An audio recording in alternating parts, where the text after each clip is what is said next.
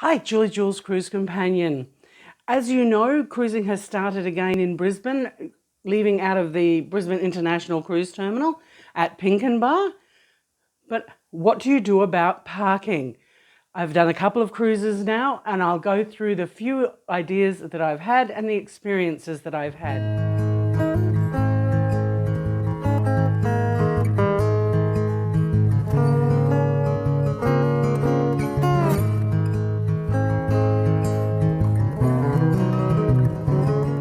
So I've had a couple of cruise experiences out of the Brisbane International Cruise Terminal at Pinkenba now. One of them was a Brisbane-to-Brisbane cruise, coming back to the same port, and another one leaving from Brisbane, going to Sydney and returning by plane.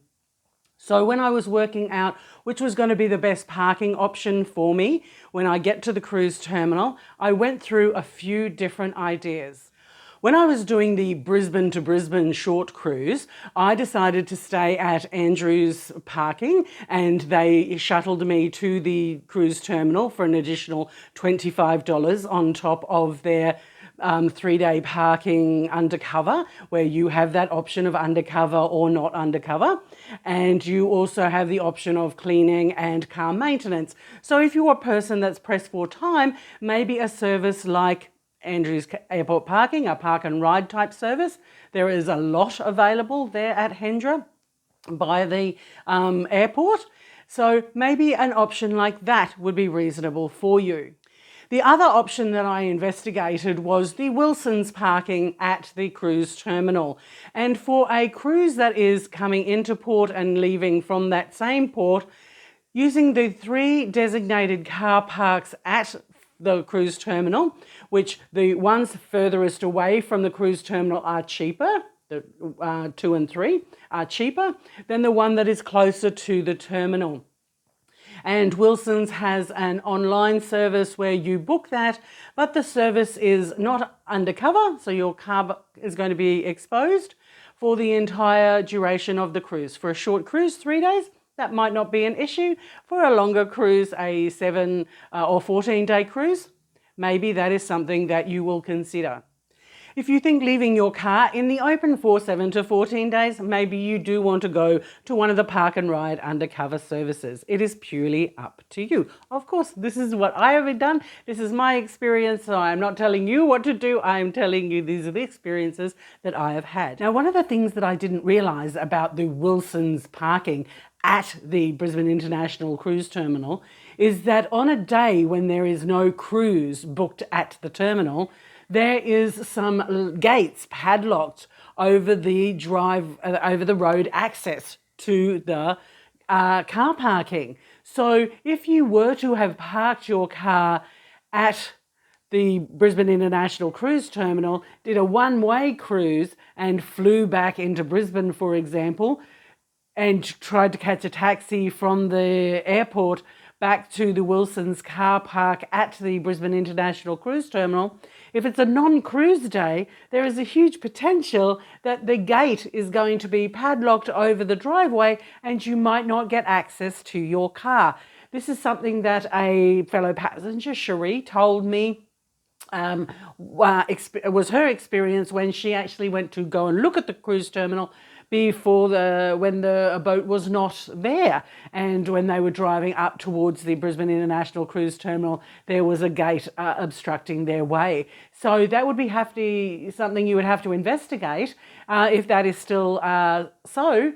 That it might not be an option for you if you are doing a one-way trip out of Brisbane, but not coming back directly to the International Cruise Terminal, but coming back via a different route or a mode of transport, that the parking at Wilson's might not be the best option for you in that scenario. Recently, I did the Brisbane to Sydney via Newcastle cruise, and it was fabulous.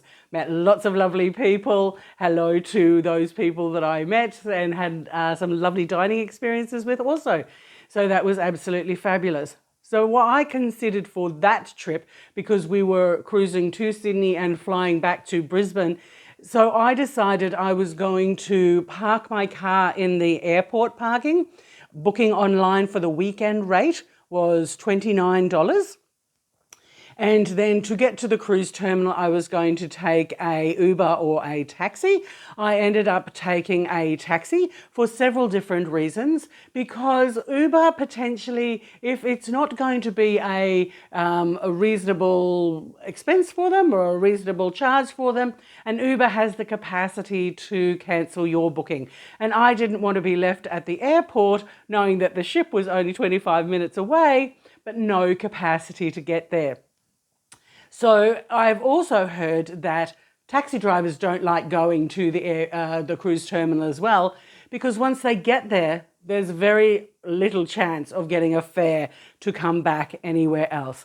So once again, it's not a super viable option. And there is no public transport, even though there's been about 2 years where the Brisbane City Council could have instigated or formulated some form of public transport. A bus to that international cruise terminal at Pinkenba. Didn't happen.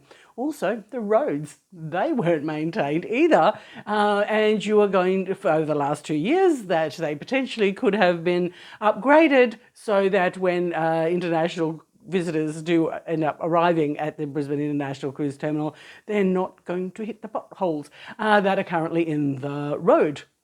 Anyway, that's a sidebar story.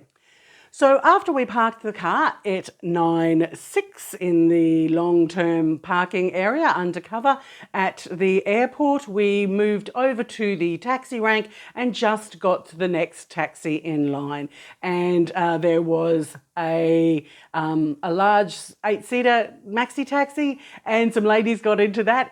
And we basically followed them to the cruise terminal. So we got into the taxi. The taxi driver wasn't overly excited about the location of our destination.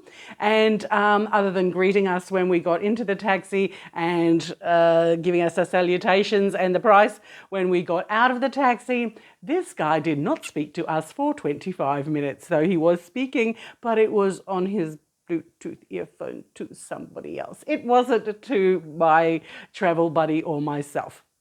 So when we arrived at the cruise terminal, the Brisbane International Cruise Terminal, we had racked up about $40, $42 of a fare from the domestic terminal at Brisbane to the Brisbane International Cruise Terminal.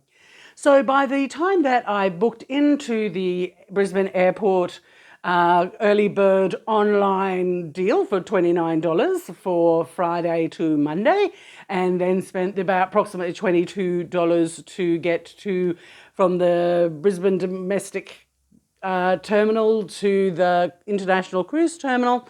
It cost us about just over $71.